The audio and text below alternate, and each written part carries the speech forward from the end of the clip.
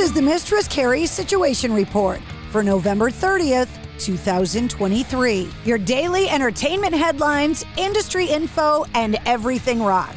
After revealing a new Bon Jovi branded version of Monopoly, a new original Christmas song, and a 7-inch John Bon Jovi action figure, John Bon Jovi is now teasing, quote, lots of other big surprises that are in store for the band's 40th anniversary celebration coming up in 2024. In a message to their Spotify listeners, he said, quote, in 2024, it's Bon Jovi's 40th anniversary. We're going to have a new bleep. We archived everything we've ever owned. There's many songs that have never been released. In fact, many I've forgotten about. There's bleep that you'll be able to see in the first quarter of the year and lots of other big surprises to celebrate Bon Jovi's 40th. Aerosmith frontman Steven Tyler has shared a small health update on social media as he recovers from a serious vocal injury that forced the postponement of several concerts. Saying, quote, throat's on the mend, but my ears still work, alongside a picture of himself working on remixes in a music studio. Taylor Swift is the most streamed artist on Spotify for 2023, and it's projected that her Eras tour is going to be the highest grossing tour ever. And now Taylor Swift is headed to Harvard University. A new course surrounding the superstar is set to be offered for the 2024 spring semester. Titled Taylor Swift and Her World, the course will move through Swift's re-recordings, songwriting, fan culture, and literary works close to her. The course will be taught by Harvard professor Stephanie Burt. Creed frontman Scott Stapp has released Black Butterfly, the third single from his upcoming fourth studio album, Higher Power. The album set for release on March 15th of 2024. Just before Creed reunites for the Summer of '99 tour. Scottish alternative rock duo The Jesus and Mary Chain have announced their new album, Glasgow Eyes, set for release on March 8th. The album will commemorate the 40th anniversary of the band, comprised of brothers Jim and William Reed. The announcement arrives alongside news that the Jesus and Mary Chain's upcoming 2024 EU-UK headlining tour, as well as the release of their first Glasgow Eyes single, Jamcod, which you can stream online. Queen Rock Montreal is a new concert film documenting the band's performances over 2 sold-out evenings at the city's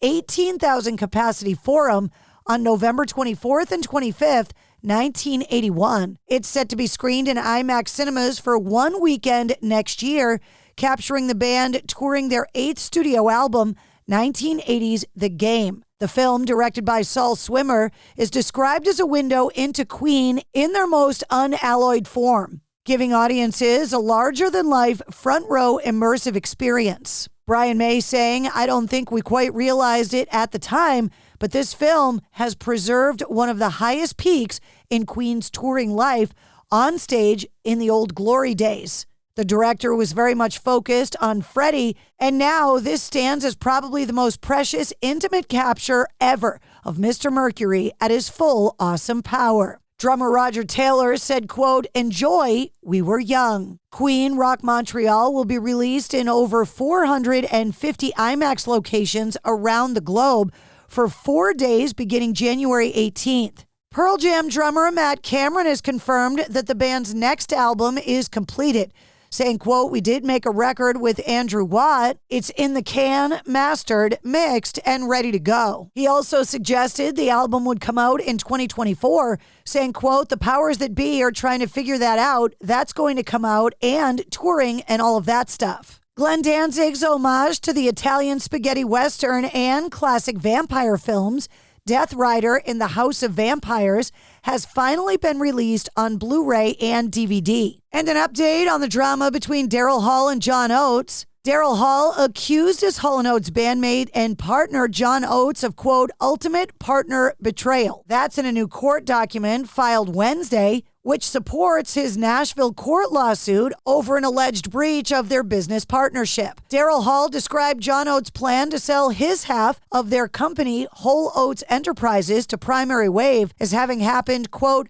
completely behind my back and without his written consent, saying, quote, "I am deeply troubled by the deterioration of my relationship and my trust in John Oates." In his filing, Daryl Hall claimed that he and Oates were in the middle of a mediation to potentially dissolve or untangle Whole Oates Enterprises as part of what Hall described as a, quote, global divorce. He described Oates' behavior in the past several years as adversarial and aggressive instead of professional and courteous.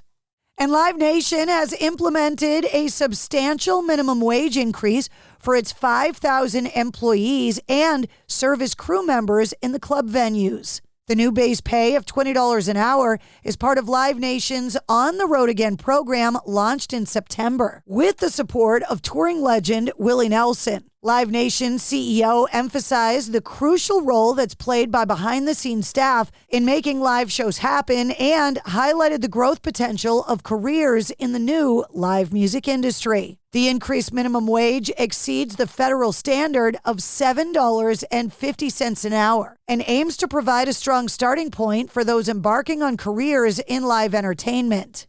That's your sit rep. For more details on all of the stories, check the links in the show notes of this episode. And don't forget to like, follow, and subscribe to the Mistress Carrie Podcast.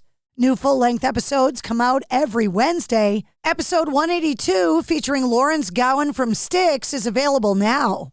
We made USAA insurance for veterans like James. When he found out how much USAA was helping members save, he said, "It's time to switch." We'll help you find the right coverage at the right price. USAA. What you're made of, we're made for. Restrictions apply. Hey folks, Stefan Shirazi and Renee Richardson here from the Metallica Report. And we are proud members of the Pantheon Podcast family, where the best of music and podcasts unite. We've got something pretty cool for you.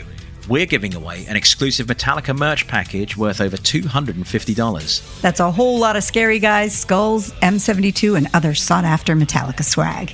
And we've made it easy for you to win. Follow and share the Metallica Report, and you're in the game. Go to pantheonpodcast.com/Metallica, enter your email, and hit that button to be entered to win.